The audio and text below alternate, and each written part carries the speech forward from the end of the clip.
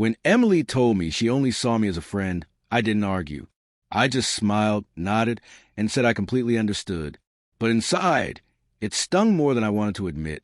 For months, I had been there for her, late-night talks, emotional support, even helping her move apartments. I thought we had something real growing between us. Yet in that single moment, her words made it clear. Everything I felt had been one-sided. Still, instead of showing my disappointment, I decided to match her energy exactly. Over the next few days, I stopped initiating our conversations. Normally, I'd text her first thing in the morning or send her memes to make her laugh. But this time, I didn't. If she wanted to talk, she could start it. If she wanted to hang out, she could ask. To my surprise, she noticed my distance almost immediately. She sent a few messages asking if I was okay or if something was wrong. I kept my replies polite, friendly, but short. I wasn't rude, just detached, the way friends sometimes are when life gets busy. Soon, she started dropping hints about missing me. "You've been quiet lately," she said one afternoon when we ran into each other at the coffee shop we used to visit together. I shrugged lightly. "Yeah, I've been catching up with some other friends." Her smile faltered for a split second before she quickly masked it. That tiny reaction told me more than words ever could.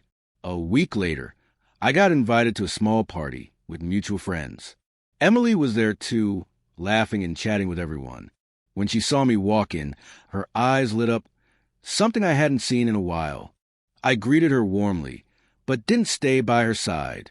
Instead, I mingled, laughed with others, and gave her the same friendly energy she once gave me. I could tell it caught her off guard. She kept glancing my way, as if unsure what to make of it. Later that evening, she approached me and asked if we could talk privately. I followed her to the balcony, where the noise of the party faded away. "You've changed," she said softly. "You're distant." I smiled faintly. "Not really," I replied. "I just adjusted to how things are. We're friends, right? So I'm treating you like one." That response seemed to hit her harder than I expected. She looked away, her expression tightening. After that night, she began texting me more, random things, jokes, excuses to start conversations. I responded politely, but never overstepped. I didn't flirt, didn't compliment her, didn't make her feel special anymore. And slowly, her frustration began to show. She'd mention how we used to be closer, or ask if I was seeing someone new. Each time, I simply said, "People drift. It's normal." It was strange, watching her chase something she had once dismissed. The same woman who told me she only saw me as a friend was now searching for the connection she had rejected. But I wasn't playing games. I was just done being the only one who cared too much. A few days later, she invited me to lunch. Her voice trembled a little when she asked, and I agreed, mostly out of curiosity. When we met, she looked different, a little unsure. The confidence she always carried was replaced by hesitation. Over coffee, she finally said, "I think I made a mistake. I pushed you away because I was scared, but now it feels weird not having you around the way you used to be." For a moment, I didn't know what to say. Part of me still cared, but another part had learned to let go. "I get that," I told her gently, "but you were honest about your feelings, and I respected that.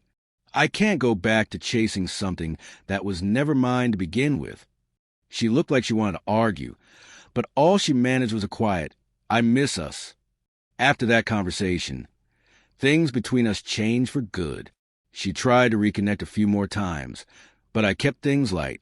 The emotional weight that once pulled me toward her was gone.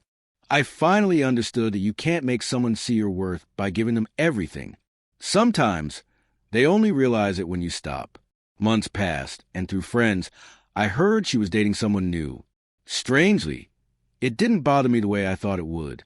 I felt calm, peaceful.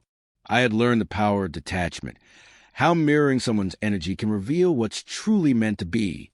One evening, she messaged me out of the blue, just one line. "I never thought losing your attention would hurt this much."